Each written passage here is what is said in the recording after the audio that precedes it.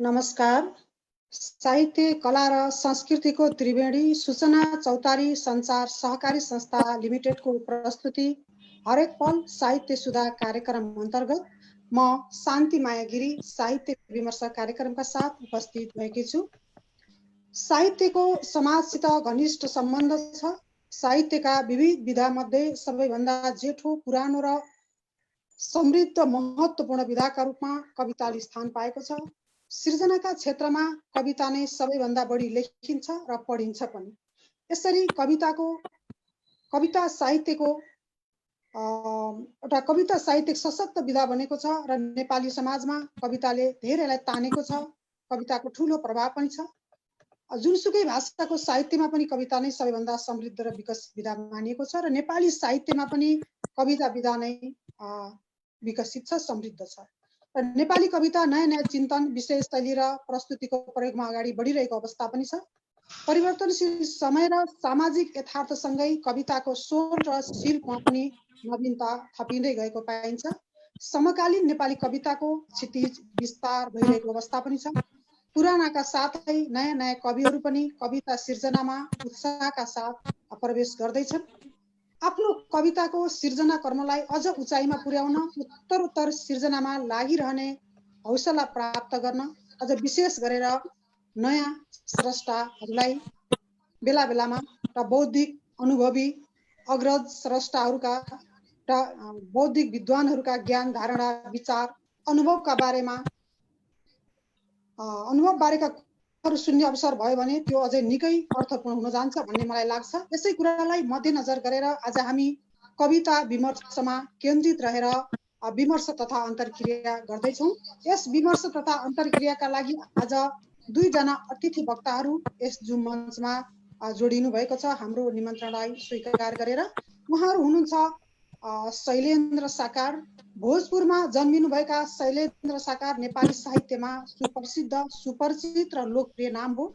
उहाँको कोलाज, काल पात्र र अरू कथाहरू, रामायण र अरू कथाहरू जस्ता कथा सङ्ग्रहहरू प्रकाशित छन् भने शैलेन्द्र साकारका कविता सर्पहरू गीत सुन्दैनन् जस्ता कविता सङ्ग्रहहरू प्रकाशित छन्। कथा, कविता, विभिन्न साहित्यिक पत्र पत्रिकाको सम्पादन सम्बन्धी धेरै नै अनुभव छ उहाँसँग। साझा प्रकाशनको सञ्चालक, सदस्य, रेडियो नेपालको सल्लाहकारका रूपमा र अन्य विभिन्न सङ्घ संस्थामा आबद्ध रहेर उहाँले निर्वाह गरेका भूमिकाहरू पनि अविस्मरणीय छन्। बुट पालिस, अस्वीकृत जमात, योङ राइटर्स फ्रन्ट, सडक कविता जस्ता साहित्यिक आन्दोलनमा सक्रिय भएर लाग्नु भएको कुरा पनि नेपाली साहित्यको इतिहासमा सुरक्षित छ। उहाँको बौद्धिक क्षमता र साहित्यिक प्रतिभाका कारण थुप्रै साहित्यिक, सामाजिक सङ्घ संस्थाबाट पुरस्कृत तथा सम्मानित पनि हुनुभएको छ। विश्वका करिब 8-9वटा मुलुकमा भ्रमण गरेको अनुभव पनि छ उहाँसँग। आजका अर्का अतिथि वक्ता सिक्किमबाट डाक्टर टेकबहादुर छेत्री हुनुहुन्छ। डाक्टर टेकबहादुर छेत्री उहाँ सिक्किम तादोङ स्थित सिक्किम गभर्मेन्ट कलेजको नेपाली विभागमा उपप्राध्यापक हुनुहुन्छ। उहाँले आयामिक कविताको अन्तर पाठात्मक अध्ययन शीर्षकमा विद्यावारिधि गर्नुभएको छ। विभिन्न विधाका पुस्तक, पत्र पत्रिका, स्मारक, लेख रचनाको सम्पादन सम्बन्धी धेरै अनुभव छ उहाँसँग। नेपाली भाषा साहित्यसँग सम्बन्धित राष्ट्रिय र अन्तर्राष्ट्रिय स्तरका 18वटा जति सेमिनार गोष्ठीमा विभिन्न विषय र शीर्षकमा उहाँले कार्यपत्र पनि प्रस्तुत गर्नुभएको छ। विभिन्न शैक्षिक साहित्यिक सङ्घ संस्थामा पनि आबद्ध हुनुहुन्छ र शैक्षिक, साहित्यिक र बौद्धिक सक्रियताका कारण विभिन्न पुरस्कार तथा पुरस्कारबाट उहाँ सम्मानित हुनुभएको छ। र यस जुम मञ्चमा उपस्थित आजका दुवै आदरणीय बौद्धिक अतिथि वक्ताहरूलाई सर्वप्रथम म स्वागत तथा हार्दिक अभिवादन व्यक्त गर्दछु। त्यसै गरी धन्यवाद शान्तिजी। हाम्रा अतिथि वक्ताहरूको एउटा महत्त्वपूर्ण विचार सुनेर र बौद्धिक लाभ लिने लोभले यस जुम मञ्चमा विभिन्न बौद्धिक साहित्यिक व्यक्तित्वहरू पनि जोडिनु भएको छ। अन्तर्राष्ट्रिय नेपाली साहित्य समाज नेपालका आदरणीय महासचिवज्यू ऋषभदेव घिमिरेज्यूको पनि उपस्थिति छ यहाँ। उहाँलाई पनि मैले देखिरहेको छु। त्यसै गरी मधु पाठकज्यू हुनुहुन्छ। त्यसै गरी अन्य साथीहरू जोडिँदैछु, कोही बाहिर छु म आउँदैछु, जोडिँदैछु भन्ने मेसेज पठाइराख्नु भएको छ र जोडिँदै गर्नुहोला। त्यसै गरी हामीलाई देश विदेशबाट फेसबुक लाइभ मार्फत हामीलाई हेरेर सुनेर पनि बसिरहनु भएको छ। सबैलाई मेरो हार्दिक स्वागत तथा अभिवादन। आज हामी दुईजना आदरणीय अतिथि वक्ताहरूसँग कविता विधामा केन्द्रित रहेर कुरा गर्नेछौँ। अतिथि वक्ताहरूसँगको अन्तर्क्रियापछि यस जुम मञ्चमा जोडिएर फेसबुक लाइभबाट हामीलाई हेरेर सुनेर बसिरहनुभएका सम्पूर्ण सहभागीहरूले पनि आजको विषयवस्तुमा केन्द्रित रहेर आफ्ना केही जिज्ञासा छ भने राख्न सक्नुहुनेछ। अब हामी विमर्शको कार्यक्रममा विषयमा प्रवेश गर्नेछौँ। यस क्रममा म सर्वप्रथम शैलेन्द्र साकारज्यूलाई अनुरोध गर्दछु। रुद्र अधिकारीज्यूको पनि उपस्थिति छ, खुसी छु म उहाँ जोडिनु भएको छ। शैलेन्द्र साकारज्यू साहित्यिक त्याग र योगदानका कारण दाजु नेपाली साहित्यिक जगतमा श्रद्धेय सम्माननीय व्यक्तित्व हुनुहुन्छ। र शैलेन्द्र साकार भन्नासाथ एउटा सम्मानित सुपरिचित नाम हो। र यस कार्यक्रममा जोडिएर अथवा फेसबुक लाइभबाट हेरेर सुनेर बसिरहनुभएका अझ विशेष गरी भर्खर साहित्य क्षेत्रमा प्रवेश गर्दै गरेका कतिपय साहित्य प्रेमी दर्शक श्रोताहरूमा साहित्यकार शैलेन्द्र साकारको साहित्यिक योगदान अथवा साहित्यिक पहिचान, उहाँको साहित्यिक जीवन, त्यसमा पनि अझ विशेष गरी कवि जीवनका बारेमा सुन्ने थाहा पाउने तीव्र उत्सुकता होला।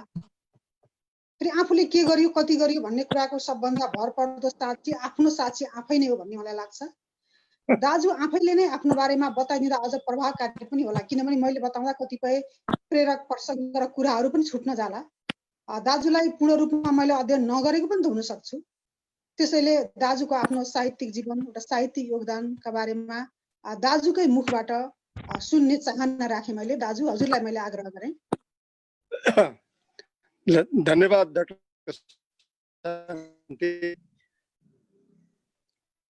अहिले पिताको जीवनलाई फर्केर हेर्दा कस्तो लागिरहँदो रहेछ। धेरै वर्ष भयो लेख्न थालियो, लेख्ने बेलामा यो थाहा थिएन कि अब भोलि आफ्नो बारे बताउनु पर्छ भने थाहा हुँदैन। पहिलो के हुन्छ भने आफ्नो कुरा लेखौँ भन्ने हुन्छ लेख्दाखेरि। र मलाई तर पनि अब गाउँमा जन्मेको भोजपुर बजारमा सानो बजार थियो त्यो बेलामा, अहिले ठुलो भयो होला, ठुलो भएको छ। र त्यो बजारमा म जन्मेपछि त्यो बजारभरि घुमेर हिँडेर त्यहाँको खोला नाला पहाड पर्वत डाँडा काँडा रुखपात जङ्गल चारिरहेँ। धेरै बाल्यकालभरि हिँडिरहेँ। त्यसको प्रत्यक्ष र अप्रत्यक्ष त्यसको प्रभाव मेरो आन्तरिक मनमा, मेरो अवचेतन मनमा पनि थियो होला। र बाल्यकालको ती सम्झनाहरूलाई पनि कयौँपल्ट लेखेका छु।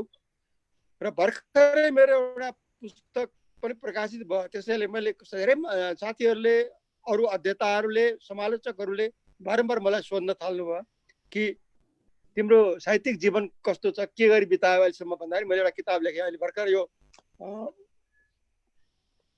भोजपुरे हुलाकीका सन्तान भनेर एउटा किताब मैले लेखेको छु। यसमा मैले बालककालको कुरा लेखेको छु र पहिलो कसरी मैले कविता लेखेँ भन्ने कुरा पनि छ। र खास गरेर अब म आफ्नो कविता कसरी लेखेँ भन्नेमै बढी केन्द्रित हुन चाहन्छु।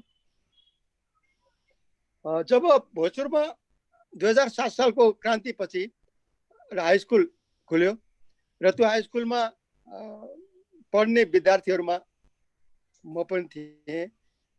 र त्यस बेलामा त्यहाँ शिक्षकहरू पाइँदैन थिए र ती शिक्षकहरूलाई बाहिरबाट लिएर जानुपर्थ्यो। दार्जिलिङका शिक्षकहरू आउँथे कति, र एकजना शिक्षक हुनुहुन्थ्यो जो काठमाडौँबाट जानुभएको थियो। र उहाँ त्यस बेला उहाँ मात्र एकजना बिए पास गरेको शिक्षक त जिल्लाभरिमै हुनुहुन्थ्यो।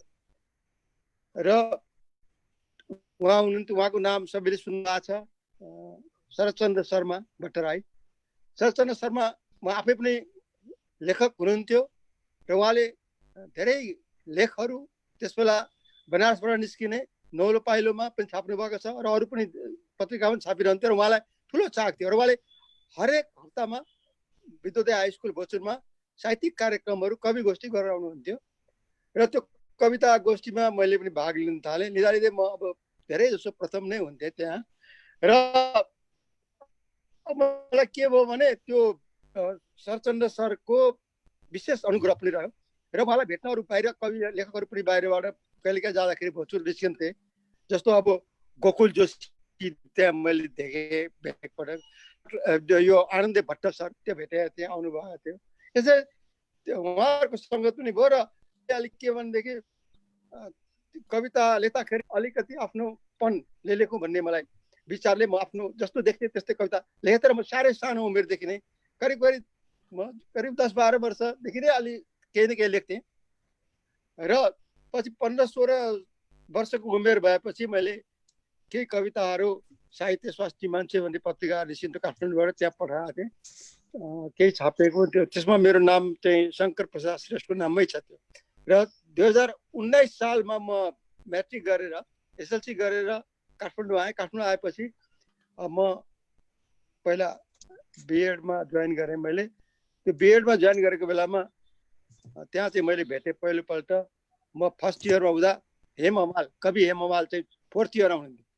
त्यो 4th इयरमा पढ्दै हुनुहुन्थ्यो र उहाँले मलाई अकस्मात चिन्नुभयो। त्यहाँ म त एउटा पहाडबाट आएको केटो भनेर। र त्यसपछि उहाँले मलाई बासवासीको नाम सुनेको छ भनेर सोध्नुभयो। मैले सुनेको छु भनेर म त्यस बेलामा हाम्रो जिल्लामा रूपरेखा पनि जान्थ्यो, पुग्थ्यो र बासवासीको पशुपति देवपतनमा उहाँले मलाई लिएर जानुभयो। र त्यसपछि म बिस्तारै काठमाडौँको साहित्यिक जगतमा परिचित हुँदै गएँ। 1920 सालतिर रोचक घिमिरेले मेरो नाम सङ्घबाट शैलेन्द्र साकार राखिदिनु। मैले साकार लाएर पछि उहाँले शैलेन्द्र थपिदिनु भयो। त्यो कुरा लेखेको हुन्छ र शैलेन्द्र साकारको नाममा म अनि पहिलो कविता शैलेन्द्र साकारको नाममा मेरो रचनामा छापियो। रचना पछि रूपरेखामा छापियो र यसरी कविता लेख्दै लेख्दै म अहिलेसम्म लेखिरहेको छु। 5-7वटा किताब कवितामा, 5-7वटा कथामा छापिएको छ। पछि साझा प्रकाशनबाट शैलेन्द्र सागर कविता 36 सालमा एकडैबाट कोलाज भन्ने कथा सङ्ग्रह छापियो र त्यसपछि अस्वीकृत जमात सुरु गर्यो। त्यो फेरि लामो छ यो कुराहरू। अनि अस्वीकृत जमात सुरु गर्यौँ र हामीले फेरि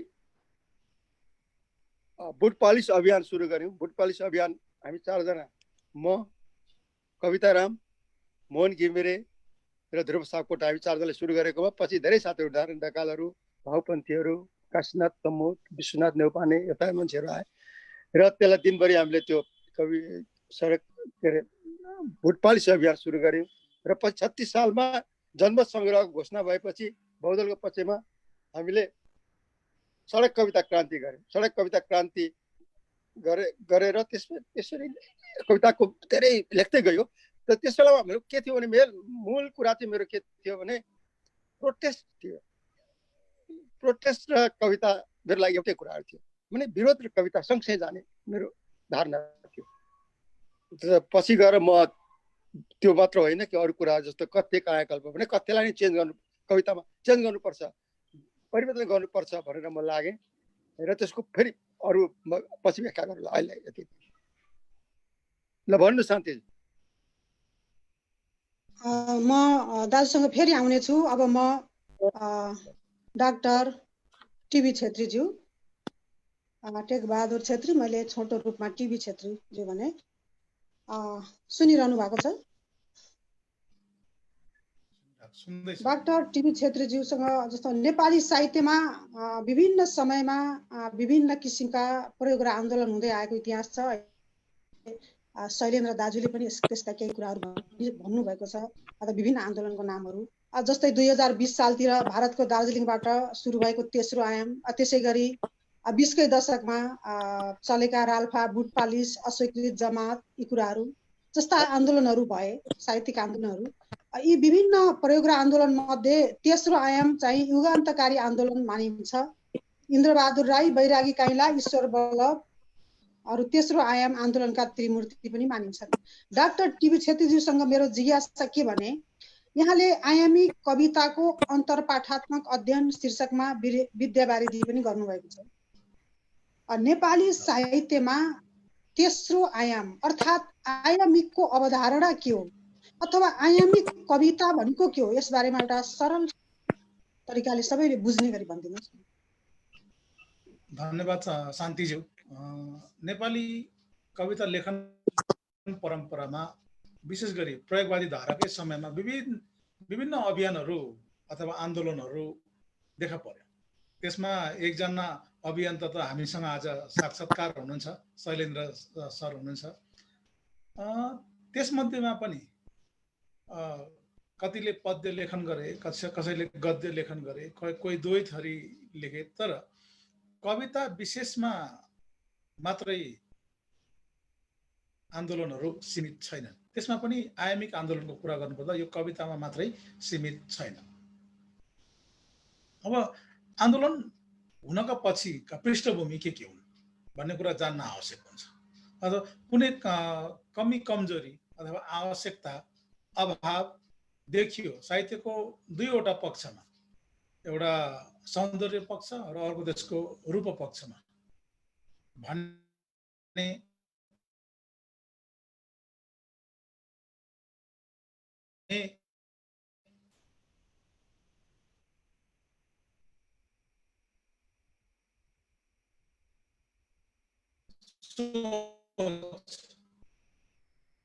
पलाउनु अथवा जाति साहित्य लेखन परम्परामा आयामिकहरूले उठान गरेको उहाँहरूको टेकको हिसाबमा भन्नुपर्दा त्यसभन्दा अघिका साहित्य सिर्जना सपाट भावनाका रहेछन्, सपाट भावनाका छन् भन्ने उहाँहरूको एउटा चुरो कुरा हो। त्यो कल्पनामा उडेको मात्रै, त्यसको वस्तु यथार्थ र साहित्यले दिनुपर्ने, साहित्यको सृजनाले दिनुपर्ने जुन सौन्दर्य छ त्यो समेट्न सकेको छैन भन्ने उहाँहरूको अवधारणा रहेको हो। र सन् 1963 बैरागी काइला, इन्द्रबहादुर राई र ईश्वर बल्लभ यो तीनजनाको विचारको उपज हो तेस्रो आयाम अथवा आयामिक अवधारणा। अनि नेपाली साहित्यिक आन्दोलनहरूमा सैद्धान्तिक ढाँचाको आधारमा उभिएको अभियान भनौँ अथवा प्रयोग भनौँ, यो आयामिक आन्दोलन मान्न सकिन्छ। यसका आधारहरू आफ्नो र छुट्टै किसिमको छ। त्यसको आधारहरूको सन्दर्भ साभारहरू विभिन्न अन्य सिद्धान्तसँग भए तापनि नेपाली सिर्जना अथवा साहित्य सिर्जनामा देखा परिरहेका केही कमी कमजोरीहरूलाई, केही आवश्यकता अभावहरूलाई अब यही प्रकारले मात्रै हामी अभिव्यक्त गर्न सक्दैनौँ भन्ने उहाँहरूको सोच रह्यो र आयामिक आन्दोलनको, आयामिक अवधारणाको विकास भयो। अब यसमा त्यति बेलाका स्रष्टाहरू इन्द्रबहादुर राई, ईश्वर बल्लभ, बैरागी काइलाले त्यतिकै होहरेमा लागेर, लहै लहैमा लागेर नयाँ केही गर्नुपर्छ भनेर वात्तै केही गरेका होइनन्। उनीहरूले कला क्षेत्रमा भएका चिन्तन, मनन र अन्वेषण गरे। विश्वमा कस्ता कस्ता विषयवस्तुले, कस्ता कस्ता सन्दर्भहरूले मानिसको सोच्ने र अभिव्यक्तिका शैलीहरूमा अब प्रभाव पारेको छ भन्ने कुराहरूलाई बुझ्ने प्रचेष्टा गरी यो साहित्यिक आन्दोलन अथवा अवधारणा निर्माण गरेको हामी पाउँछौँ। त्यसमध्ये ईश्वर बल्लभ र बैरागी काइला कवितामा विशेष केन्द्रित भए र आख्यानपट्टि इन्द्रबहादुर राई केन्द्रित भएको पाउँछौँ। अब नेपाली कवितामा आयामिक कविताले दिएको नयाँ चिज के हो भन्ने प्रश्न यहाँ उठ्छ। त्यसभन्दा पनि अघि कविता लेखिरहेको थियो अनि धेरैजनाको मत के छ भने साहित्यले दिने भनेको यो समाजबाटै लिएर दिने हो, समाजकै सन्दर्भहरू नै साहित्यले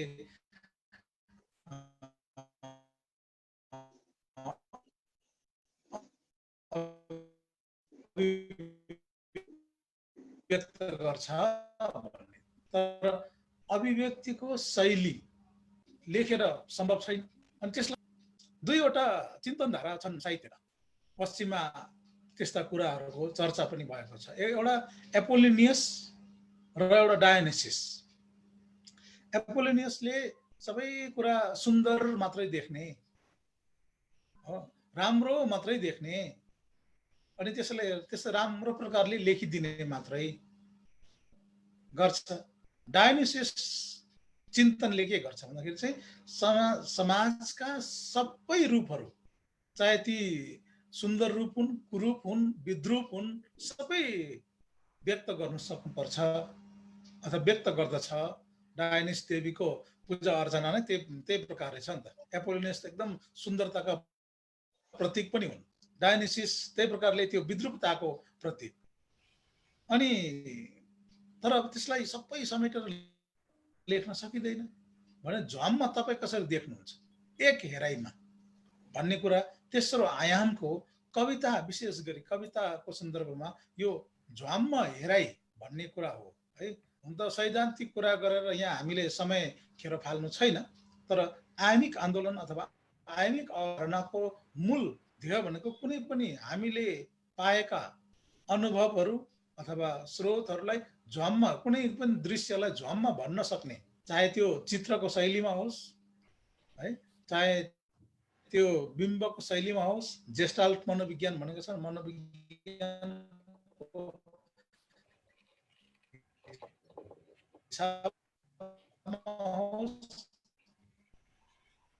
कसरी त्यसलाई झ्वाममा भन्ने त सबै कुरा भएको छ नि। पछि गएर इन्द्रबहादुर राईले त लिलले छ र भन्ने कुरा पनि गरिसक्नु। तर पनि हामी दिनानुदिन नयाँ नयाँ लेख्ने प्रचेष्टामा छौँ भनेको हामीमा व्याप्त, हामीमा भएको उपलब्ध जुन चिन्तन छ त्यसैलाई लेख्ने प्रयास हो। अनि त्यो चिन्तन आज हठात जन्मिएको होइन, त्यसको सुदीर्घ परम्परा छ। तर त्यसलाई कसरी एकै पटकमा कसरी भन्ने, झ्वाममा कसरी भन्ने भन्ने अवधारणाको लागि यो अवधारणाको विकास भएको मानिन्छ। हस् टिभी सर, म फेरि आउनेछु हजुरसँग। हजुरले ती कुराहरू एउटा संक्षेपमा खिचेर भनिदिनु भयो। यसमा सीता विष्ट कार्कीज्यू, शान्ति सापकोटाज्यू, उहाँहरू पनि जोडिनु भएको छ। सीता विष्ट राम्रो कविता लेख्नुहुन्छ, कथा पनि लेख्नुहुन्छ। शान्ति सापकोटा कविता लेख्नुहुन्छ, विशेष गरी छन्द कवितामा उहाँको सक्रियता देखिन्छ। उहाँहरू पनि जोडिनु भएको छ, स्वागत छ उहाँहरूलाई। अब म शैलेन्द्र साकारज्यूमा आएँ। हजुर, कविताको कुरा गर्दा भानुभक्त, लेखनाथ, सम, देवकोटा, भुपी शेरचन अथवा बैरागी कैला अथवा दाजु आफै पनि यसमा धेरै ठुलो योगदान दिनुभएको छ। आजसम्म आउँदाखेरिमा कविताको क्षेत्रमा थुप्रै स्वनाम धन्य सर्जकहरूले यसलाई हुर्काउनु भयो, मलजल गरेर फलाउनु भयो, फुलाउनु भयो। र नेपाली कविताको फाँटमा अग्रज पुस्ताको सक्रियताको साथसाथै अहिले नयाँ पिँढीहरूका सर्जकहरू पनि क्रियाशील देखिनु भएको छ। र नेपाली कविताको सन्दर्भमा कुरा गर्नुपर्दा अहिले नेपाली कविता कहाँ उभिएको छ, अथवा नेपाली कविता लेखन विश्व साहित्यको परिप्रेक्ष्यमा कहाँ उभिएको छ, हामीले सन्तोष मान्नुपर्ने अवस्था छ कि छैन होला, अथवा यसमा अझै हामीले सोच्नुपर्ने, सुधार गर्नुपर्ने पक्ष पनि केही छन् कि, यसमा दाजुको धारणा राखिदिनुहोस् न। हस्, धन्यवाद डाक्टर शान्ति। आज कविता, हाम्रो कविता कहाँ उभिएको छ र विश्व साहित्य, विश्वमा कविता कहाँनिर छ भन्ने जुन एउटा गम्भीर प्रश्न यहाँले राख्नुभयो। र वास्तवमा म विदेशमा बस्दा पनि, मैले केही वर्ष विदेशमा बिताउँदा पनि मैले त्यहाँको साहित्यको अध्ययन गरेर बसेँ र ती कविताहरू पढ्दा पनि मलाई एउटा जीवनसित प्रश्न गरिरहेको चेत हाम्रो कवितामा पनि छ र विदेशको कवितामा पनि छ। र जीवनलाई बुझ्ने तारतम्य, त्यसको अवयवहरूलाई खुट्याउने र त्यसलाई, त्यसको विसङ्गति, सृष्टिको नियति, मान्छेको बाध्यता, अनुभूतिहरूलाई विभिन्न किसिमले लेख्ने प्रवृत्ति चाहिँ विदेशमा पनि, विदेशी कविहरूमा पनि र नेपाली कविहरूमा पनि उही रूपमा मैले पाएँ। तर एउटा कुरा मलाई के भन्नु छ भने, खास गरिकन विदेशी कवितामा एउटा विस्तृत जुन फलक, त्यसलाई क्यानभास देखिन्छ, नेपाली कविता अलिक सङ्कुचित। एउटा एकपल्ट के हो भने, हामी धेरै जसो सङ्घर्षमा हुर्किएर आएको कविहरू भएकोले हामीहरू कवितामा के छ भने, यो धेरै जसो राजनीतिक सङ्घर्ष बढी हाम्रो कविताहरूमा आएको छ पहिलेदेखि नै। जस्तो आयमिक कवितामा चाहिँ अलि जीवनलाई सङ्लो बुझ्ने थोरो डल्लो रूपमा जीवनलाई बुझ्ने कुराहरू आयो, जस्तो ईश्वर राई, बैरागी अथवा हाम्रो इन्द्रबहादुर राई। म सबै तिनैजनासँग मेरो राम्रो परिचय हो, मैले बारम्बार भेटेको छु उहाँहरूसँग, कुरा पनि भयो। मेरो खास गरिकन ईश्वर वल्लभ बैरागी दाई त धेरै भेट भयो र इन्द्रबहादुर राईसँग पनि धेरैपल्ट भेट भएको छ र उहाँको कुरा मैले केही बुझेको छु। तर के भने उहाँहरूको जुन जीवनलाई बुझ्ने जुन ऊ छ तरिका छ, त्यो चाहिँ सङ्लो बुझ्ने, सरल रूपमा बुझ्ने र गहिरो जीवनको गहिरालाई बुझ्ने, त्यसलाई तेस्रो आयाम भन्नु। जस्तो लम्बाइ चौडाइ हुन्छ कुनै पनि पदार्थको, त्यसलाई सङ्लो रूपमा बुझ्नको लागि त्यो गहिराइ पनि जानु पर्यो, त्यो जीवन त्यसैले तेस्रो आयाम भनेको भन्ने उहाँहरूको सिधा स्पष्ट हिसाबमा त्यो नै छ, त्यसरी नै बुझिन्छ, बुझ्नु पनि पर्छ।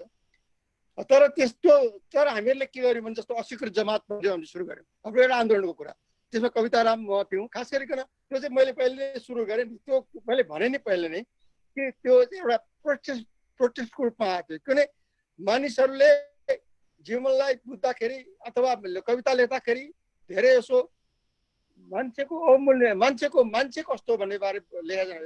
मतलब राजा महाराजा देव दानवहरूको बारेमा कविताहरू लेखिएको छ होइन, रामायण महाभारत लेखिएको छ, तर मान्छेको बारे कम लेखिएको छ भने हामीले मान्छे लेखौँ, मान्छेलाई फेरि मान्छे खास के हो त भन्ने कुरा लेख्नुपर्छ भनेर हामी लेख्यौँ। त्यस्तै अब अरू पनि कुराहरू छ, जो स्वाभाविकता, मान्छेको स्वाभाविकतामा मान्छे बाँच्नुपर्छ र मान्छेको स्वाभाविकता के हो भन्ने कुराहरू लेखौँ।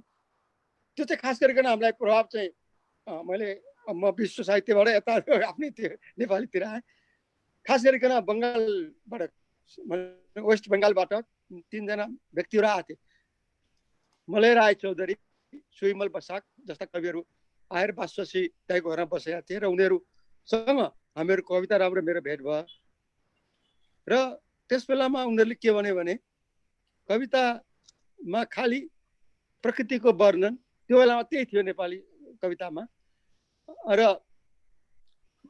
लहरा पहरा छहरा झरना कुराहरू, पहाड हिमाल, हाम्रो गौरव गाथाको कुराहरू, हाम्रो गाउँछ गीत नेपाली भने यस्ता कुराहरू चाहिँ हामी एउटा हाम्रो गौरव गाथाहरू, नेपालीपनको गौरव गाथा धेरै थियो। र उनीहरूले हामीलाई के भन्यो भने तर सत्य कुरा चाहिँ के हो त्यो लेख्नुपर्छ, सत्यले नलेख्ने हो भनेदेखि कविता किन लेख्नु पर्यो, अरू काम गरे भइहाल्यो नि भनेर हामीले सोच्यौँ। अब वास्तवमा साँचो लेख्न सकिँदैन भने बाँच्नको लागि त अरू काम पनि गरौँला, अनि कविता किन लेख्नु पर्यो, हुन त कविता लेखेर त पछि पनि बाँचिएन, अर्कै अरू काम पनि गर्नु पर्यो, जागिर खानु पर्यो, सधैँ छ। र त्यसपछि हामीले अस्वीकृत जमात सुरु गऱ्यौँ, किताबहरू पनि निकाल्यौँ, लेख्यौँ, सधैँ छ। र सङ्घर्षशील जीवन थियो, बाँचियो, अहिलेसम्म गरियो। म विदेशी साहित्यको कुरामा थिएँ अघि। विदेशी साहित्यमा खास गरिकन कवितामा म पहिला हामीले साहित्य पढ्दा, बिएमा साहित्य पढ्दा अथवा स्पेसली इङ्ग्लिस पनि पढ्यो केही समय पढ्दाखेरि हामीहरू के भने अब 16-17 शताब्दीको साहित्य बढी सेली किट्स, ब्राउनिङ, अनि साउदे, रबर्ट साउदे, र त्यसपछि ओर्सवर्थ, सेली किट्स, ब्राउनिङ, साउदे यिनीहरू पढियो। र त्यो कविताहरू चाहिँ धेरै जसो अलिकति मिटरमा हुन्थ्यो र राम्रो truth is beauty, beauty is truth जस्ता कविताहरू। र ती कविताहरू पछि खास गरिकन के भयो भनेदेखि ती कविताहरू र सेक्सपियरका जीवन सम्बन्धी नाटकमा पनि कविताहरू, नाटकभित्र पनि कविताहरू, जसरी बालकृष्णले नेपाली साहित्यमा नाटकभित्र धेरै कविताहरू लेख्नु भएको छ, त्यसरी नै सेक्सपियरले पनि नाटकभित्र धेरै कविताहरू लेख्नु भएको छ। ती कविताहरू पनि पढियो र त्यसबाट पनि हामी प्रभावित नै थियौँ। तर पछि गएर म 1960तिरको कविताबाट बिस्तारै, म त्यस बेलामा 1962तिर एसएलसी गरेर काठमाडौँ आएपछि केही हिप्पीहरू बिटिङहरूसँग सम्बन्ध भयो र त्यसलाई बिट कविताहरू पनि पढ्न मौका मिल्यो। र त्यसै सन्दर्भमा जोडिन्छ सिटी लाइट्स जर्नलमा, सिटी लाइट्स जर्नल भन्ने पत्रिका जुन अमेरिकाबाट निस्किन्थ्यो, त्यस बेलामा मलय राय चौधरीको कविताहरू पनि छापिएको छ, हिप्पी जेनेरेसनको कविता पनि छापिएको छ। त हिप्पी जेनेरेसन जुन भोकी पिँढी भनेर भारतमा चिनिन्छ, त्यो पिँढीको कविताहरू पनि त्यहाँ चाहियो। जस्तो अनि एलन गिन्सबर्ग, लरेन्स फर्लिङ्गेटी र ज्याक केरुकका कविताहरू त्यो सिटी लाइट्स जर्नलमा त्यसको अहिले पनि क्यालिफोर्नियामा सिटी लाइट्स बुक स्टोर छ जहाँ 98 वर्षका लरेन्स फर्लिङ गेटीलाई भेट्न सकिन्छ र उनको किताबहरू किनेर उनलाई लेखाएर उनको बारे उनले सही गराएर दिनु पनि सकिन्छ। र त्यो सिटी लाइट्स बुक स्टोर छ, बुक हाउस छ, अहिले पनि सन फ्रान्सिस्कोमा छ। र त्यो हरेक अमेरिकामा के छ भने हरेक राज्यमा को एउटा कवि मानिन्छ। हरेक जस्तो 50 वटा राज्य छ भने 50 वटा राष्ट्रिय कवि मानिन्छ, नेसनल पोएट मानिन्छ। त्यो 50 राष्ट्रिय कविमा त्यो क्यालिफोर्नियाको राष्ट्रिय कवि चाहिँ अहिले पनि लरेन्स फर्लिङ गेटीलाई मानिन्छ। र त्यो फर्लिङ गेटी अहिले वास्तवमा 98 वर्षका भए र उनीबाट अगाडि जसले त्यो बिट जेनेरेसन सुरु गरे लरेन्स फर्लिङ के अरे एलन गिन्सबर्गको मृत्यु भइसक्यो र उनको हाउल र एन्ड अदर पोएम्स पढ्नु भएको छैन, पढ्नु पर्ला। म नयाँ कविहरूलाई त्यो पढ्ने सल्लाह दिन चाहन्छु। हाउल एन्ड अदर पोएम्स, त्यसमा चित्कार, त्यो चित्कार र अरू कविता। हाउल भनेको चित्कार, त्यो चित्कारको पनि खास अलिक विद्रूप, अलिक विसङ्गतिपूर्ण, अलिक आक्रोशमा चित्कार गरेको, चिच्याएको चित्कार हो हाउल भनेको हो। त्यो त्यो त्यो पढ्नु होला भन्ने म। र त्यसैले ती बिट जेनेरेसन कविताहरूबाट बढी प्रभावित हुँदै गएँ बाहिर पनि र यहाँ नेपालमा आएपछि पनि। र त्यो कविताहरूमा ती कविताहरू मलाई के लाग्छ भने तिनीहरूमा सार्वजनिक, ती कविताहरूमा औपचारिकता, इन्फर्मालिटी छ, जस्तो देखिएको छ त्यस्तै लेख्ने प्रवृत्ति छ। त्यसलाई बनाएर धेरै बनावटपूर्ण आर्टिफिसियल लेखन छैन। जीवनलाई जसरी देखिएको छौँ, जसरी भएका छौँ त्यसरी नै लेख्ने भन्ने फिलिङ, विचार छ त्यसमा। अब जस्तो भन्नुहोस् न तपाईँ, अब मान्छेहरू के लेख्छन् भने अब आफूले थाहै नभएको कुरा पनि सुनेको भएर यस्तो लेख्नुपर्छ भनेर लेख्नेहरू, भएको यथार्थ होइन कि सुनेको यथार्थ लेख्ने मान्छेहरू छन् नेपाली कवितामा अहिले पनि। भएको यथार्थ होइन, सुनेको यथार्थ भन्नाले अब गरिबीको बारे लेख्नुपर्छ, अहिलेको समयअनुसार, अहिलेको समय, भएको समय भनेर गरिबी, अब नभएको मान्छेले गरिबी बारे, जस्तो भुपीले पनि त्यही गरेपछि। तर उनको कवितामा धेरै गरिबीको लेख्दा थियो, उनले आफ्नो कुरा पनि लेखेका छन्। र यसैले भएको यथार्थ लेख्नुपर्छ भन्ने म ठान्छु। र धेरै कविहरूले अहिले पनि आफूलाई दोहोऱ्याइरहेका छन्। आजको जटिल यान्त्रिक संवेदनशीलतालाई जोगाउनु एउटा अत्यन्त अप्ठ्यारो कुरा हो। हाम्रो यन्त्रवत संवेदनशीलतालाई जोगाउनु बडा गाह्रो कुरा छ र त्यसलाई जोगाएर लेख्नुपर्छ भन्ने मलाई लाग्छ। फेरि अरू पछि म भन्ला, अहिले यति नै। हस् दाजु, म फेरि आउनेछु। शान्ति रिसाल पनि जोडिनु भएको छ, देखिरहेको छु। उहाँ राम्रो कविता लेख्नुहुन्छ, समालोचनामा पनि उहाँको सक्रियता छ। स्वागत छ शान्ति रिसालज्यू। अब म टिभी छेत्री सरसँग आउँछु। टिभी छेत्री सर, यहाँले विद्यावारिधि गर्नुभएको, हजुरको त्यो बायोडाटा हेर्दाखेरिमा विद्यावारिधि गर्नुभएको शीर्षकको आधारमा मैले के थाहा पाएँ भने अन्तरपाठको अवधारणा मुताबिक आयामिक कविताहरूको चिरफार गर्नुभएको छ यहाँले भनेर मैले बुझेँ। यो अन्तरपाठात्मकता भनेको के हो, के रहेछ, यसबारेमा म जान्न इच्छुक छु, अथवा हाम्रा श्रोताहरूले पनि केही जान्ने मौका पाउनुहुन्छ। यो अन्तरपाठात्मकता, यसबारेमा भनिदिनुहोस् न। अन्तरपाठात्मकता यो संरचनावादी अध्ययनको एउटा पाठ हो। यसले कुनै पनि पाठको सौन्दर्य चिन्तन भन्दा पनि त्यसको संरचना चिन्तन गर्ने अथवा संरचनाको अध्ययन गर्ने गर्दछ। यो हुन त अब यो उत्तराधुनिकतावादी अध्ययनको एउटा आधार हो। 1960 को दशकमा फ्रान्सेली चिन्तक जुलिया क्रिस्तेवाले यसलाई आइकोनाइज गरेकी हुन्। यसको मूल चुरो सैद्धान्तिक कुराहरू थुप्रै छन्, र यसको मूल कुरा के भन्छ भने कुनै पनि पाठ, अचेल अब कृति भन्ने कुरा त प्राय भन्न छोडिएको छ, पाठ भनिन्छ, टेक्स्ट। र यसले के भन्छ भनेदेखि चाहिँ यसको हेर्ने आधार के हो त भन्दा कुनै पनि पाठ मौलिक हुँदैन।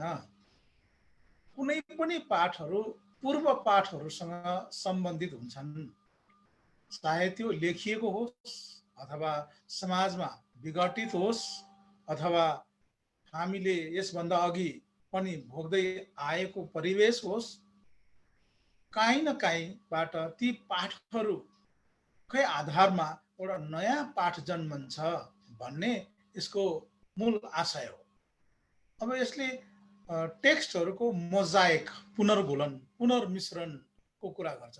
अनि टेक्स्ट के हो त, कस्तो कस्तो टेक्स्टको पुनर्गुलन, पुनर्मिश्रण, मिक्सिङ, मोजाइक हो भन्ने विषयमा चर्चा गर्छ। किनभने एउटा साहित्य सृजना कहिले पनि सर्जकको नितान्त मौलिक हुन्छ भन्ने कुरा माथि त अहिले धेरै नै चर्चा भइरहेको छ र आपत्ति पनि भइरहेको छ। हुन त यसको पूर्वीय चर्चा नभएको होइन।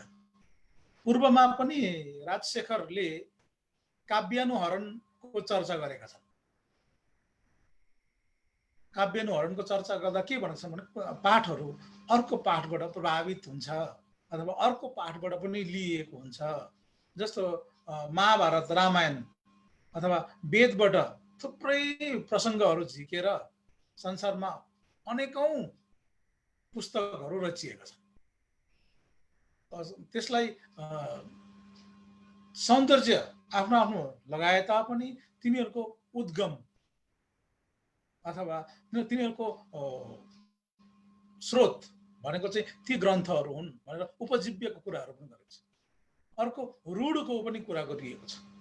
पूर्वमा यसको चर्चा नभएको होइन। अनि भाषा चिन्तक फर्डिनान्ड डी सस्योरले पनि जब सङ्केतको कुरा गरे, सङ्केत, सङ्केतित र सङ्केतकको कुरा गरे, यहाँ पनि तिनै कुराहरूको अवधारणा, हामी अवधारणाको त्यो पाउँछौँ, अवशेष पाउँछौँ। र जुलिया क्रिस्तेवाले यिनै कुरालाई पाठ, अन्य थुप्रै पाठहरूको अन्तर्घुलन हो, मिश्रण हो र त्यसलाई हेर्नका लागि विभिन्न प्रकारका अन्तर्पाठात्मक प्रकारहरू छन्। मैले यहाँनिर आफ्नो शोध ग्रन्थमा आयामिक कवितालाई अन्तर्पाठात्मकताका आधारहरू थुप्रै छन्, टाइप्स अफ इन्टरटेक्सुअलिटी थुप्रै छन्, तिनीहरूको आधारमा हेर्ने प्रयास गरेको छु। अनि केवल ती अन्तर्पाठात्मकता प्रकारका आधारमा त्यसको ढाँचामा राख्ने मात्रै होइन, तिनीहरूको चिन्तन के हो त, तेस्रो आयामको जुन सैद्धान्तिक पृष्ठभूमि छ त्यो आफै पनि थुप्रै चिन्तनहरूको एउटा सङ्गम हो। त्यसमा जेस्टाल्ट मनोविज्ञानको कुरा गऱ्यौँ हामीले, क्युबिजमको कुरा गऱ्यौँ हामीले, होइन, यी थुप्रै किसिमका कुराहरू छन् र उनीहरूले थुप्रै त्यस्ता चिन्तनहरूबाट सहयोग लिएका छन्। र त्यो तेस्रो आयाम आफैमा पनि एउटा इन्टरटेक्स्ट थियोरी हो। अनि त्यो इन्टरटेक्स्ट थियोरीलाई आधार गरेर लेखिएका कविता, हामी बैरागी काइँलाको त्यो झङझङझङको कुराहरू गर्छौँ, साबात बैलाको उत्सवको कविताहरूको चर्चामा जब आउँछ, अनि जब हामी मेरो आमाले आत्महत्या गरेको देशको कविताको कुरा गर्छौँ, ईश्वर बल्लभको थुप्रै यस्ता कविताहरूको कुरा गर्छौँ जहाँ त्यो रातो रङले यति बेसी धेरै कुराहरूलाई समेटेको छ। त्यसका ती प्रतीकहरू, बिम्बहरू विभिन्न प्रकारले बसेको छ। यहाँसम्म कि गुमानसिंह चामलिङ आफै यो आयामेली आन्दोलनका अथवा आयामिक साहित्यका दूर विरोधी हुन्, तर उनका कविताहरू हेर्दै जाने हो भने त्यही तेस्रो आयामबाटै प्रभावित देख्छन्। ओपन एन्डेड सिस्टम छ उनीहरूको। अनि गुमानसिंह चामलिङले प्रयोग गरेका प्रतीकहरू, बिम्बहरू र जुन संरचनाको परिपाटी छ त्यो पनि आयामिक परिपाटी नै छ। उनले विरोध गरे तर विरोधको प्रभाव त्यो चिन्तनको प्रभाव चाहिँ उनका कविताहरूमा देखिन्छ। र यसरी तेस्रो आयाममा मूलतः कविता लेख्नेहरूमा ईश्वर वल्लभ, बैरागी काइँला र त्यसपछिका अन्य प्रभावितहरूमा मैले भने विरोध गरेर प्रभाव परेको घुमान सिंह चामलिङमा हो, अनि सिक्किमका कवि जीवनथिङमा पनि आयामिक चिन्तनको प्रभाव छ। त्यसपछि नर्देन रुम्बाकोमा हामी पाउँछौँ नरेशचन्द्र खाती अहिले आएर यो 20-30 वर्षको अन्तरालमा नरेशचन्द्र खातीका कवितामा पनि ती चर्चाहरू छन्। राजेन्द्र भण्डारीका कवितामा पनि कुनै कुनै कविताहरूमा आयामिक प्रभावहरू हामी देख्छौँ। तर यहाँ राजेन्द्र भण्डारीको कुरा गर्नुपर्दा, राजेन्द्र भण्डारी सँगसँगै मनप्रसाद सुब्बाको कुरा गर्नुपर्दा आयामिक लेखनले साधारण पाठक र साहित्य माझमा जुन एउटा दूरी ल्याइदिएको थियो, साधारण पाठकहरू साहित्यदेखि पर जाने, राजेन्द्र भण्डारी र मनप्रसाद सुब्बाले त्यो दूरीलाई घटाइदिने र अथवा जनताको कविता लेख्ने अथवा साधारण मान्छेले पनि बुझ्ने कविता लेख्ने एउटा जुन परिवेश सृजना गर्यो। आयामिक कविता मैले अर्को एउटा प्रश्न टिभी सर, मैले एउटा अर्को प्रश्न यसैमा जोड्न खोजेँ। यहाँले अन्तरपाठात्मकतालाई एउटा छोटोमा एउटा अवधारणा बारेमा प्रकाश पारिदिनु भयो। कविताका विभिन्न पाटा छन्, जस्तो कतिले कलात्मकता मन पराउनुहुन्छ, बढी त्यो खोज्नुहुन्छ, कतिले बिम्ब बढी खोज्नुहुन्छ, कतिले कवितामा बढी विचार खोज्नुहुन्छ, कतिले जनजीवनको अभिव्यक्ति कस्तो छ भन्ने बढी खोज्नुहुन्छ। त्यो आफ्नो एउटा कविताप्रतिको हेराइ त्यो पनि होला। मेरो जिज्ञासा के भने अन्तरपाठको अवधारणा, यहाँले अन्तरपाठको बारेमा अघि हामीलाई छोटोमा भन्नु पनि भयो र यसमा यहाँले अध्ययन पनि गर्नुभएको छ। अन्तरपाठको अवधारणा अथवा अन्तरपाठको सिद्धान्तले कवितामा के आग्रह गर्दछ अथवा कविता कस्तो हुनुपर्छ भन्दछ, यस बारेमा भनिदिनुहोस् न।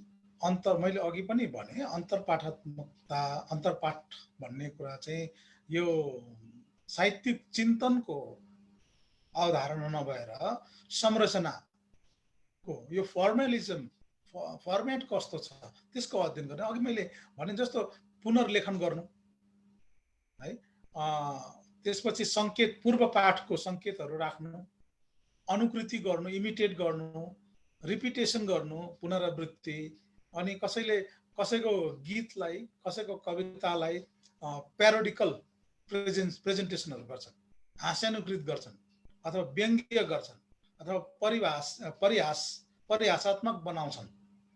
यस्ता रूपान्तरण हुने कस्ता कुन कविताको स्रोत अथवा ती कवितामा ती अघिल्ला पाठहरू कस्तो ढङ्गमा बसेको छ। हुन त अब अन्तरपाठले केवल कवितालाई मात्र हेर्ने होइन, साहित्यको समस्त विधालाई हेर्ने गर्दछ।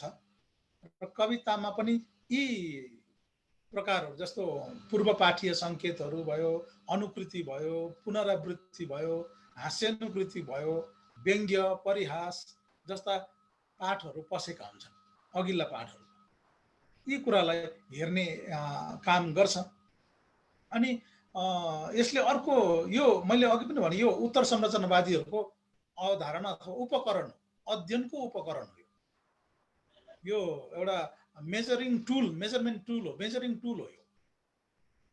यसलाई थियरी नभनेर, अन्तरपाठलाई मैले थियरी नभनेर यो एउटा मेजरमेन्ट टुल हो। र यसका टुल्सहरू, उपकरणहरू थुप्रै अरू पनि थुप्रै किसिमका छन्।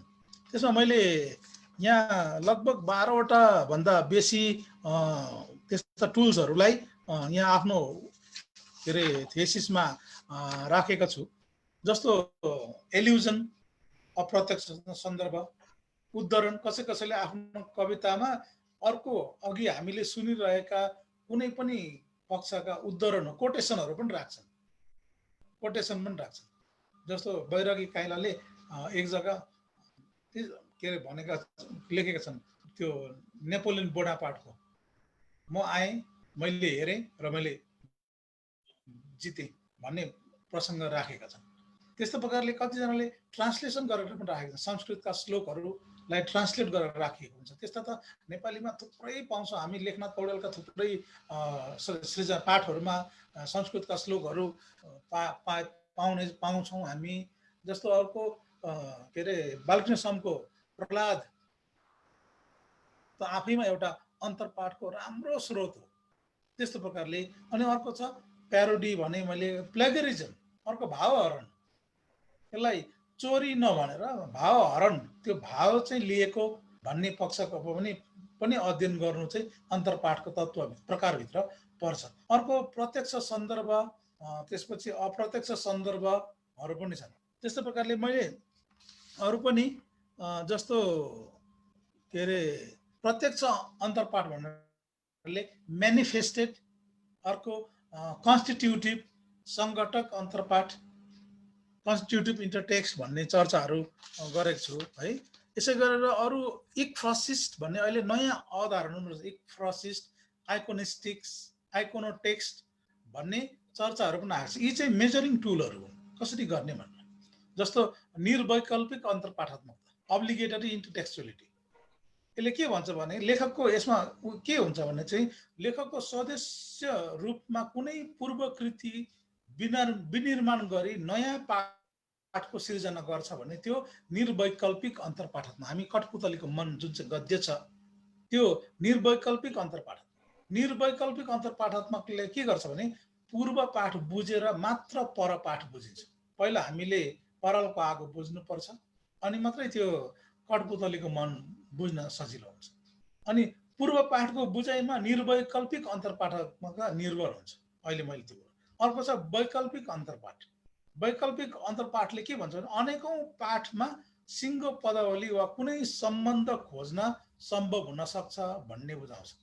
त्यसपछि आकस्मिक अन्तरपाठ छ अर्को प्रकार, त्यसलाई एक्सिडेन्टल, कतै कतै अब नजानिदो प्रकारले आफूले पढेका आफूले भोगेका प्रसङ्गहरू पसेकै हुन्छ। अब कुनै कुनै हुन्छ मूलगत अन्तरपाठात्मकता, एकदम मूलकै कुरा, जस्तो प्रहलादको कुरा गरे। अर्को हुन्छ पार्श्वगत अन्तरपाठात्मकता। हामीले कविताको नेपाली कविता परम्पराकै चर्चा गर्ने हो भने, क्रममा चर्चा गर्ने हो भने तरुण तपसीका कतिवटा प्रसङ्गहरू पार्श्वगत अन्तरपाठात्मकता पाउँछ। त्यस्तो प्रकारले रूपायन गरिएको हुन्छ। कसैले प्रवृत्ति अब लेख्ने, अर्कोले कस्तो लेखे त्यस्तै त्यही प्रवृत्तिमा लेख्दै जाने, त्यो पनि प्रवृत्तिगत भयो। त्यस्ता अनुवाद परक अन्तरपाठात्मकता छ। पात्रगत, पात्र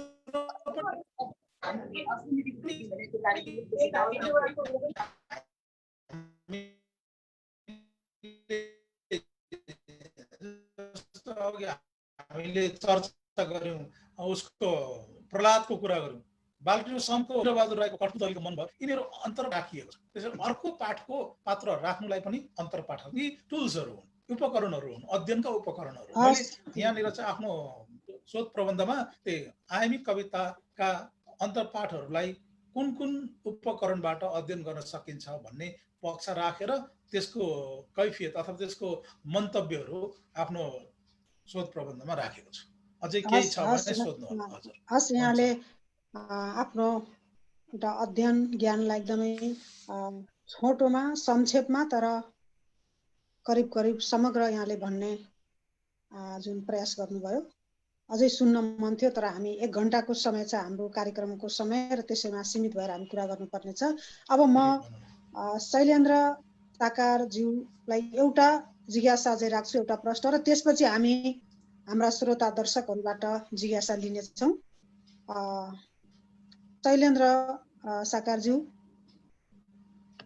जस्तो सृजना शक्ति जन्मजात प्रतिभाको वरदान हो भने पनि अग्रज र समकालीन स्रष्टाका सृजनाहरू पढेर पनि त्यसबाट ग्रहण गरेको प्रभावले अथवा अग्रज स्रष्टाहरूको सल्लाह सुझाव विचार सुनेर त्यसबाट पाएको प्रेरणाले पनि त कतिपय लेखकको अझ सफल अग्रगामी बन्ने प्रोत्साहन जोस जाँगर प्राप्त हुन सक्छ, जसले गर्दा लेखन अझै माझिँदै जाला, तिखारिँदै जान सक्छ। आज हामी कविताकै बारेमा कुरा गरिरहेका छौँ, कविताकै सन्दर्भ भएको हुनाले मैले दाजुसँग के आग्रह गरेँ भने एउटा सुन्दर कविता लेख्नको लागि एउटा कविसँग के हुन जरुरी छ, अथवा अहिले कवितामा के कस्तो विषयको माग भइरहेको छ, विशेष गरी यो नयाँ कविहरूलाई के सल्लाह सुझाव सन्देश व्यक्त गरिदिनुहोस् न हाम्रो कार्यक्रमबाट। एकदम राम्रो डाक्टर शान्ति बहिनी। अरे यहाँले राम्रो प्रश्न उठाउनु भयो। मैले भर्खर डाक्टर टेकबहादुर छेत्रीको कुरा सुने मैले, तर उहाँ चाहिँ एउटा खास गरिकन आलोचनामा नै बढी गम्भीरतापूर्वक लाग्नु भएकोले गर्दा ती कुराहरूको लागि छुट्टै उदाहरण व्याख्याहरू चाहिन्छ र उहाँले त्यसबारे म एउटा के एउटा अनुरोध गर्न चाहन्छु भने उहाँले त्यो आयामिक कविता भन्दा पछि पनि आउनु होला भन्ने म आशा गर्छु। उहाँ त्यसमा नै डुबिरहनु भएको छ र अहिले नयाँ कविता पनि आउनु होला, उहाँ त्यसपछि जस्तो 32 साल पछि पनि आउनु होला अथवा 24-25 साल पछि पनि आउनु होला भन्ने म आशा गर्छु। र के भन्दाखेरि उहाँले एउटा जीवन थिङको नाम लिँदा मलाई पुरा सम्झना हो। 2032 सालमा सुदपा सम्मेलन भएको थियो दार्जिलिङमा, म गएको थिएँ र त्यहाँ जीवन थिङको कविता सुनेको थिएँ र राम्रो कवि मैले ठानेको थिएँ त्यो। र म यता नेपाल फर्केँ र जीवन थिङ त्यसपछि कता गयो भने उनको मृत्यु भएछ बिचमा, मलाई बडा दुःख लाग्यो। त्यस्तै अब पछि गएर तपाईँको र अहिले चाहिँ म सिक्किमका कविहरूमा जस्तो अब मैले अस्ति पनि नाम लिएँ, राजेन्द्र भण्डारी, मनप्रसाद सुब्बाहरू राम्रा कविहरू, ज्ञानेन्द्र खतिवडा, यिनीहरूको कविहरूमा मलाई राम्रो लाग्ने निकै राम्रा कविहरू हुन् र तिनीहरूमा पनि उहाँ अझै आइपुग्नु भएको छैन। हाम्रो डाक्टर टेकबहादुर छेत्रीजी अझ ती कविहरूको पनि राम्रो उहाँले अध्ययन गर्नुभयो, तर उहाँले जुन एउटा आयामिक कविहरूको बारे राम्रो अध्ययन गर्नुभएको रहेछ र त्यसको बारे एउटा किताब लेख्नु भएको भए त्यो किताब म जरुर पढ्न चाहन्छु र त्यो उनीहरू मेरा अग्रजहरूलाई म पढ्न चाहन्छु। र म एउटा के भन्न चाहन्छु भने नयाँ कविहरूलाई एउटा म के भन्न चाहन्छु भने पहिलो कुरा त अध्ययन नै हो, पढ्नु पर्यो।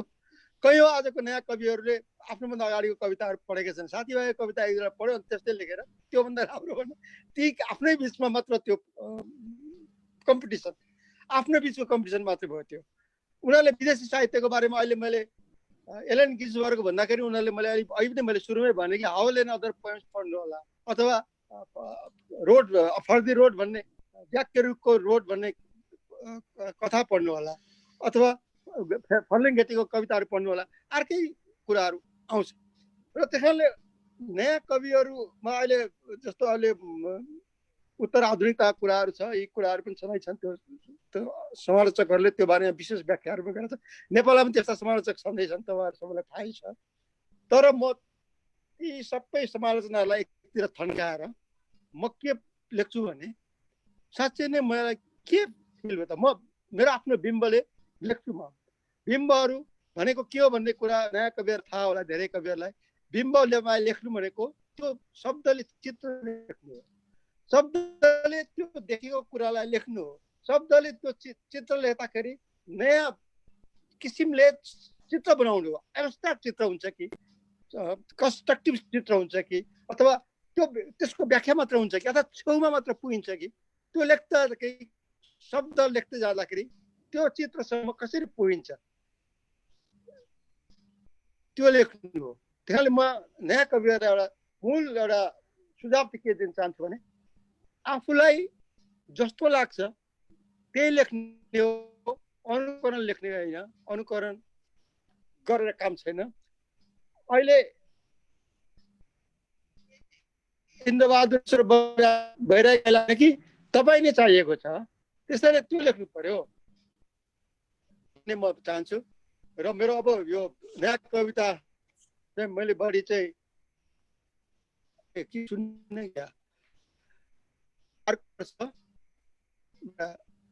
अरू 7 समुद्र भन्ने कविता सङ्ग्रह निकाल्न खोजिरहेको छु र त्यो अरू 7 समुद्र भन्ने कविता सङ्ग्रह निकाल्यो भने त्यसमा तपाईँहरूले त्यो नयाँ अलिकपन पनि पाउनु होला, अझ नयाँपन। र त्यो किन भनेको भने बुद्धले के भनेका थिए भने यो संसारमा 7 वटा समुद्रहरू छन् होइन, तपाईँलाई थाहै छ। पेसिफिक न एटलान्टिक यी समुद्रहरू 7 वटा छन्। र मैले के भने बुद्धले पनि भनेको थिएँ र मैले पनि भन्छु बुद्ध जस्तै गरेर कि मान्छेले दुःख पीडामा बगाएको आँसुहरूलाई एकै ठाउँ अहिलेसम्मको मान्छेले जम्मा गर्यो भने त्यो पनि अर्को 7 समुद्र बन्छ। त्यसैले अरू 7 समुद्र भन्ने एउटा शीर्षकमा नयाँ कविता सङ्ग्रह निकाल्न खोजिरहेको छु र म प्रकाशक खोजिरहेको छु, सायद पाइएला र त्यो निकाल्दैछु। र मैले अनि यसमा चाहिँ त्यो अरू 7 समुद्रमा चाहिँ मैले कथ्य कायाकल्प शैलीलाई बढी यो कथ्य कायाकल्प शैलीमा लेख्ने कोसिस गरिरहेको छु र अब अरू पछि भन्दै जाउँला, टाइम पनि छैन धेरै अब। र यति भनेर अहिलेलाई म यही बन्द गर्छु। धन्यवाद। हाम्रो दर्शकहरूबाट के जिज्ञासा हुनसक्छ दाजु? हजुर जुममै अनलाइनमै रहिरहनु होला। हाम्रो दर्शकहरूबाट के जिज्ञासा आउला दाजुसँग? 7 समुद्रका कविता सङ्ग्रह नयाँ आउँदै रहेछ। दाजुलाई धेरै धेरै शुभकामना, छिटै पढ्न पाइयोस्। अब हामीलाई हेरिरहनुभएका जुममा जोडिएर बसिरहनु भएको छ हाम्रा साहित्य प्रेमी श्रोता दर्शकहरू, यहाँहरूबाट के जिज्ञासा छ भने हाम्रा अतिथि वक्ताहरूसँग राख्न सक्नुहुन्छ यहाँहरूले।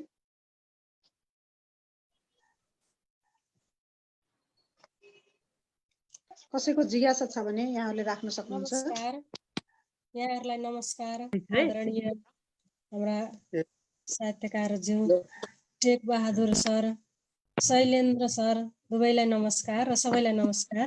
नमस्कार। म त एकदमै बिल्कुलै नयाँ हो र सिक्दैछु पनि। आज नाम भनिदिनु होला। म शान्ति सापकोटा। कवितामा नेपालमा चाहिँ अलिकति अनुकरण गर्ने चलन छ भन्ने पनि यहाँ एकदमै राम्रो लाग्यो है। अनि टेकबहादुर सरले पनि भन्नुभयो भोगेको यथार्थ लेख्नुपर्छ भनेर। जसले भोगेको छ उसैलाई नै त त्यो भित्र भावनामा उकुस भएको हुन्छ अनि त्यसले लेख्न सक्छ नि। साँच्चै यो हामीले सुनेको कोठामा बसेर, सहरमा बसेर, बजारमा बसेर, प्रज्ञा प्रतिष्ठानमा बसेर सुनेको कुरा लेखिन्छ के, त्यो खासमा यथार्थ आउँदैन, केही पनि आउँदैन जस्तो मलाई पनि अहिले अनुभूति भयो। जस्तै बाढी जहाँ छ, पहिरो जहाँ छ, त्यही काले उनीहरूले जे भोगेका छन् अनि तिनीहरूले त्यहीँको दुःख लेख्दा पो आउँथ्यो होला होइन। भनेपछि त यो कुरा पनि एकदम राम्रो लाग्यो र धेरै कुराहरू यहाँ राम्रो लाग्यो। अनि यहाँहरूका कविता पनि सुन्न पाएको भए अलिकति केही हामीलाई पनि थाहा हुन्थ्यो कि भन्ने जस्तो पनि भयो। मैले अलिकति म्यासेज पनि लेखेको थिएँ, च्याटमा पनि लेखेको थिएँ, सायद शान्तिमायाले हेर्नु भएन होला। मेरो प्रश्न त केही पनि छैन। धन्यवाद यहाँहरूलाई, धेरै धेरै धन्यवाद छ यो जानकारीको लागि है त। हस् शान्तिज्यू, अन्य कसैको केही जिज्ञासा छ भने? मेरो पनि हार्दिक नमस्कार सम्पूर्ण आदरणीय मनहरूमा र हजुरको नाम भनिदिनु होला। आदरणीय शैलेन्द्र साकाज्यू र टेकबहादुर के अरे ज्यूको चाहिँ एकदमै गहकिलो सुन्न पाएँ। र मेरो प्रश्न दुई वाक्यमा छ। कवितामा अन्तर्पाठात्मक विश्लेषण भनेको के कविताको संरचनागत विश्लेषण हो? यो प्रश्न टेकबहादुरज्यूलाई। र त्यसै गरी अर्को कथा चाहिँ के अरे कविता चाहिँ कथ्य कायाकल्प शैली भनेर उहाँले अघि भन्नुभएको थियो शैलेन्द्र साकारज्यूले, त्यसको पनि यसो सामान्य जानकारी पाउन पाए आभारी हुने थिए। पहिला को बोल्ने? हस्, मैले पहिला शैलेन्द्र दाजुलाई अनुरोध गरेँ। ल ठिकै छ, अग्रजबाट सुरु गरौँ। अब शान्ति नै रहेछ। म पनि शान्ति सापकोटा बहिनीलाई धन्यवाद प्रश्नको लागि। यस बारेमा अहिलेको प्रश्न शान्ति रिसालज्यूले गर्नुभएको कथ्य कायाकल्पको बारेमा मैले एउटा कृति पनि लेखेको छु, त्यो बारेमा अलिक पढौँ भने लामो छ त्यो। तर छुट्कैया म यो के भन्न चाहन्छु भने त्यो कथ्य कहिले पनि परिवर्तन हुँदैन भनिन्छ। पुरानो हामीले सिद्धान्त पढ्यौँ भने साहित्यको सिद्धान्तमा के भनिन्छ भने कन्टेन्ट कहिले पनि परिवर्तित छैन, खालि हाम्रो शैली रूपमा मात्र परिवर्तन हुन्छ भनिन्छ। र कन्टेन्ट चाहिँ एउटै हुन्छ। जस्तो तपाईँको विचार सिद्धान्त भन्नु चाहिँ एउटा कुराले अथवा त्यो एउटै हुन्छ र त्यसलाई चाहिँ हामीले विभिन्न तरिकाले शैलीले फरक फरक रूपमा व्याख्या गरिन्छ भनेर भनिन्छ। तर मैले यो के भन्नु खोजेको भने जस्तो एउटा कन्टेन्टलाई मेटामर्फोसिस कायाकल्प गर्न सकिन्छ, त्यसलाई नयाँ किसिमले व्यक्त गर्न सकिन्छ। एउटा भर्खर एउटा अफिसमा बसिरहेको कर्मचारी एकछिनमा किरा भएर हिँड्न सक्छ, बाहिर जान सक्छ, एउटा किरा भएर तल जान सक्छ, एउटा उसले हेर्दा हेर्दै ऊ आफू त्यो अनुभव गर्छ। जस्तो मेटामर्फोसिसमा फ्रान्स काफ्काले आफूलाई त्यो फिल गरे अनुभव गरेका छन्। एउटा हात्ती गणेश भएर मान्छेको भलो गर्न सक्छ, गणेश चाहे नपाउँछ होइन। एउटा हात्तीको टाउको चाहिँ गणेशजी हुनसक्छ भोलि। एउटा फन्चुवा लार्वा अथवा पिउपा बसिरहने सुतिरहने पिउपा पुतली भएर छिरिबिरे पुतली भएर बगैँचामा डुल्न सक्छ होइन। यो कन्टेन्ट नै चेन्ज भएको हो, कथेरै काँकल भएको हो। त्यसले त्यो त्यसरी एउटा हामीले लेख्दाखेरि अन्त्यमा एउटा जस्तो हामीले एउटा पुतली बनाउनु छ भने पहिला हामी लार्वा या पिउपा लेख्नुपर्छ। हामीले एउटा गणेश चाहिएको छ, के अरे सर्वहिताय सबैको सुख कामना गर्ने गणेशजीको लागि हामीले हात्तीको टाउको काट्नुपर्ने हुन्छ। शिवजीले आफ्नो छोराक मार्नु पर्ने हुन्छ। शिवजीले आफ्नै छोरा मार्नु। मैले यो कविता सुनाउन आँटे चाहिँ आज भ्याउँदैन होला, मैले कविता छ यसमा कसले भनेको भनेर।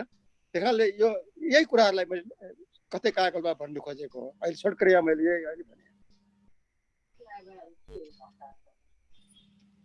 एउटा कविता सुन्ने हो भने म एउटा सुनाउँछु। एउटा सुन्ने हो साथी सुनाऊ। कविता सुन्न हुन्थ्यो तर हामीसँग फेसबुकमा पनि केही जिज्ञासा अझै रहेछन् दाजु। अझै जिज्ञासाकै हामीले गर्नुपर्छ होला, सम्बोधन गर्नुपर्छ होला। मैले यसको लागि क्षमा चाहे दाजु। ल ठिक छ फेरि मैले अहिले शान्ति रिसाल र यसभन्दा अघि शान्तिको कुरालाई जिज्ञासालाई शान्त पार्नु पर्नेछ। शान्ति रिसालको प्रश्न थियो अन्तर्पाठात्मकता साहित्यको अथवा पाठको संरचनात्मक अध्ययन हो भन्न तपाईँले सही बुझ्नुभयो। यसको सैद्धान्तिक आधार नै पाठको संरचना बुझ्नु हो र पाठको संरचना बुझ्ने विभिन्न आधारहरू छन् उत्तर संरचनावादीहरूले बनाएको है। त्यसलाई नै अध्ययन गर्ने एउटा उपकरण हो यो उत्तर आधुनिकतावादी उपकरण हो। किनभने उत्तर आधुनिकतावाद आफैले भन्छ कि कुनै पनि कुराको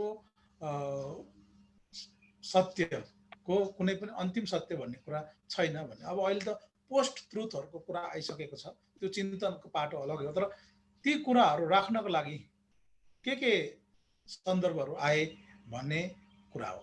अर्को छ यसभन्दा अघि अर्को एकजनाको प्रश्न थियो नेपाली कवितामा के छ त अहिले नयाँ के देखिन्छ त भन्दा नेपाली कवितामा देखिने नयाँ चिज भनेको यो सबैजनाले ध्यान दिनु होला। कविहरूले पनि सर्जकहरूले पनि नेपाली कवितामा नयाँ भनेको चाहिँ यसको फर्म हो, रूप। यति विविधता छ, रूपमा विविधता छ, कन्टेन्ट त्यस्तो विविधता आउन सकेको छैन। हामी के अरे पृथ्वीनारायणदेखि अहिलेसम्मकै कन्टेन्टहरूलाई क्याटेगोराइज गर्ने हो भने एउटा टेबल बनाउने हो भने त्यो हरदर 10 देखि 12वटा कन्टेन्टमा हामी समेट्न सक्छौँ। तर फर्म, त्यो कन्टेन्टलाई प्रेजेन्ट गर्ने फर्म, त्यसको रूप चाहिँ नेपाली साहित्यमा जति आएको छ त्यति सायद यो भारतीय उपमहाद्वीपका साहित्यमा देखिँदैन। त्यति धेरै फर्महरू आएका छन्, रूपहरू आएका छन्। र अब हामीले फड्को मार्न पर्ने चिज चाहिँ हो, अघि शैलेन्द्र सरले भन्नुभयो मेटामर्फाइजिङ कसरी गर्ने, त्यसको कायाकल्पलाई कसरी चेन्ज गर्ने। किनभने हामी अहिले भर्खरै सञ्जीव उप्रेती सरको हंस उपन्यास भर्खर पढिसक्यौँ हामीले र त्यसमा कायाकल्पको कुरा मेटामर्फाइजिङ कसरी भएको छ त्यो एउटा राम्रो उदाहरण हो। एउटा चरा, हामी मान्छेले जति पनि सिद्धान्तहरू बनाए त्यो मान्छेलाई आफूलाई मात्रै हेरेर बनायो सिद्धान्त। मानव सर्वश्रेष्ठ प्राणी हो भनेर कसले भन्यो? मान्छेले भन्यो। मुसाले पनि भनेन, हात्तीले पनि भन्ने भएन।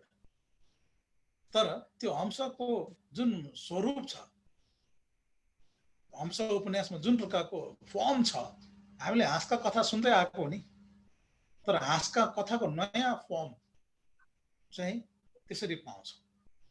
र शैलेन्द्र सरसँग के अरे प्रत्यक्ष सम्पर्क हुने मौका पायो। शान्तिजीसँग पनि टिभी सर, अर्को पनि एउटा टिभी सर टिभी हजुर भन्नुहोस् र अर्को पनि एउटा जिज्ञासा छ फेसबुकमा धरानबाट डाक्टर रामजी तिमिल सेना हुनुहुन्छ, उहाँले जिज्ञासा राख्नु भएको छ कविताको पहिलो दोस्रो र तेस्रो डाइमेन्सन के हो त्यो पनि भनिदिनुहोस् न भनेर उहाँले जिज्ञासा राख्नु भएको छ। टिभी सर नेपाली कवितामा त्यो पहिलो र दोस्रो चाहिँ लम्बाइ र चौडाइ भयो है, तेस्रो चाहिँ मैले सजिलोमा भनिदिएको पहिलो र दोस्रो लम्बाइ र चौडाइ भयो, तेस्रो चाहिँ गहिराई भयो,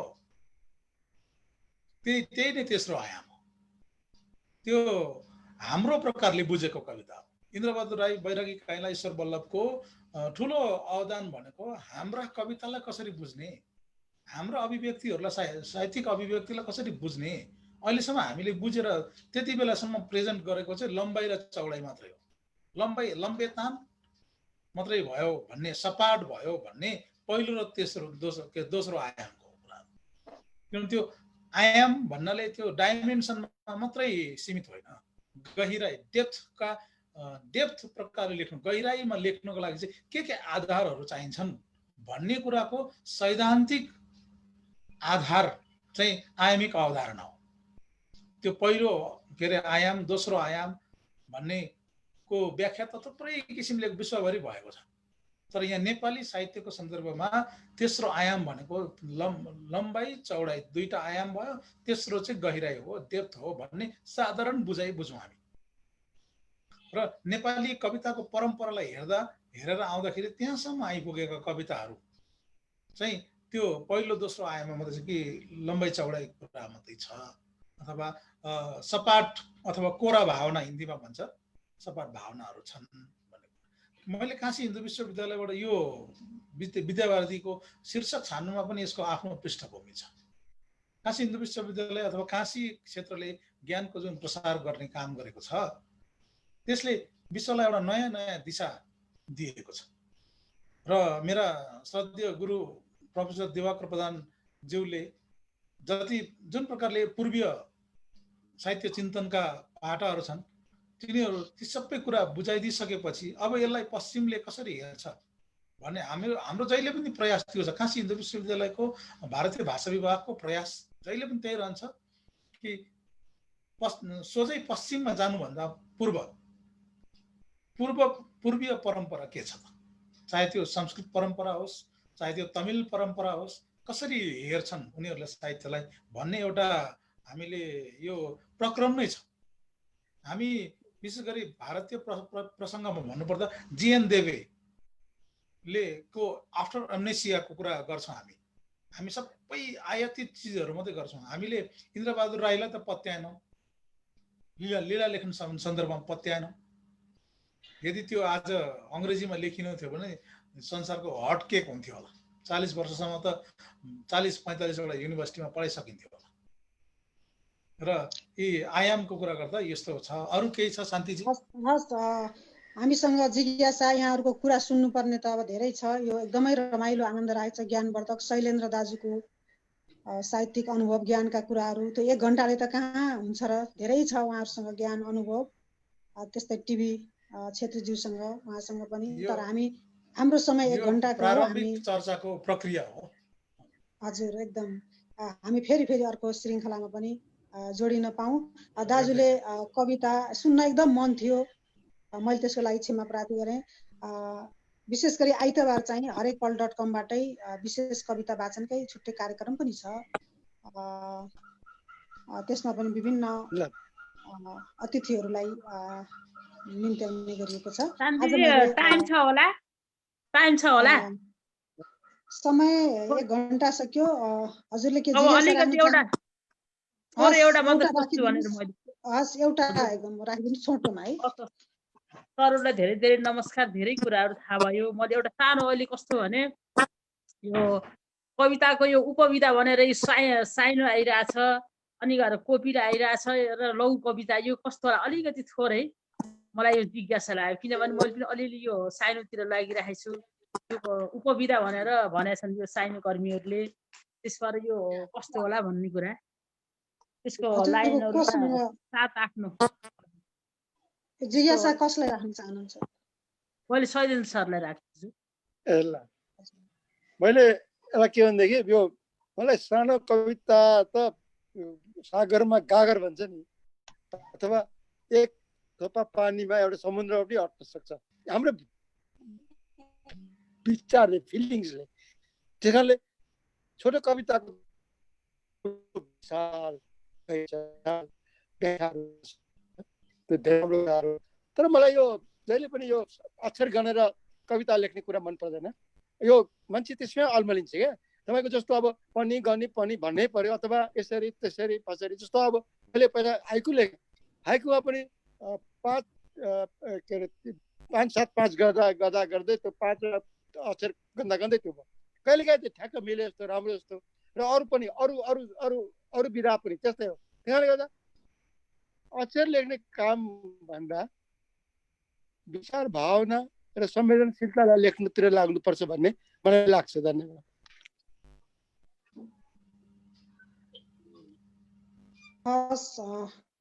के भयो है? गएन सुनिएको छ दाजु, सुनिएको छ। आज हाम्रा दुईजना बौद्धिक अतिथि वक्ताहरूसँग कुराकानीले आजको कार्यक्रम निकै फलदायी रह्यो। यहाँको कुरा सुन्न त पुगेको थिएन, तर हामी एउटा सीमित समयको नियन्त्रणमा रहेर एउटा कार्यक्रम चलाउनु पर्ने हुँदा मसँग भएका पनि कतिपय जिज्ञासाहरूलाई मैले सीमित गरेँ, यतिमै सीमित गरेँ। अतिथि वक्ताहरूलाई धेरै धेरै धन्यवाद छ। शैलेन्द्र सागर दाजु, डाक्टर टिभी छेत्रीज्यू, फेसबुक मेसेन्जरमा कुरा गरेको भरमा मेरो निमन्त्रणलाई हार्दिक स्वीकार गरेर जुममा आइदिनु भयो। म धेरै धेरै आभारी छु यहाँहरूप्रति। त्यस्तै गरी जुम मञ्चमा जोडिएर फेसबुक लाइभ मार्फत कार्यक्रम अवधिभर हामीलाई हेरेर सुनेर ऊर्जा थपिदिने उपस्थित सबै साहित्यिक मनहरूलाई पनि धेरै धेरै धन्यवाद छ। कार्यक्रम अवधिभर प्राविधिक सहयोग गरेर साथ दिने हरेकपल.com को निरन्तर सहयोगी विभाग चाहिँ अत्यन्त प्रशंसनीय छ। विशेष गरी विपिन भाइ, प्रकाश थापा भाइ दुवैलाई धेरै धेरै धन्यवाद दिँदै यो कार्यक्रम सकिएको जानकारी गराउँछु। हवस् त, धन्यवाद सबैलाई, नमस्कार। नमस्कार।